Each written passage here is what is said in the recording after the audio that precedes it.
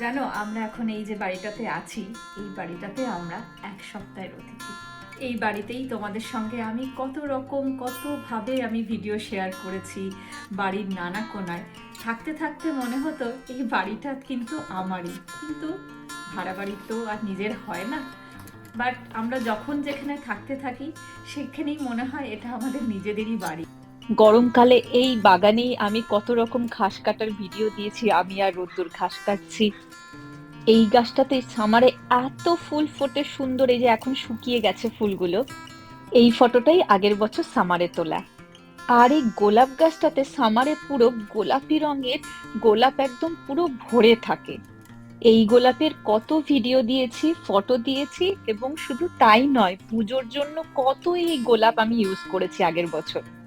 আর সব সময় বলতাম আমার গাছে কত গোলাপ হয়েছে। আর আমার সবচেয়ে ভালো লাগার জায়গা হলো এই টপ টেবিলটা। এখানে দাঁড়িয়ে আমি যত রকম রান্নার ভিডিও সব এখানেই আমি করতাম।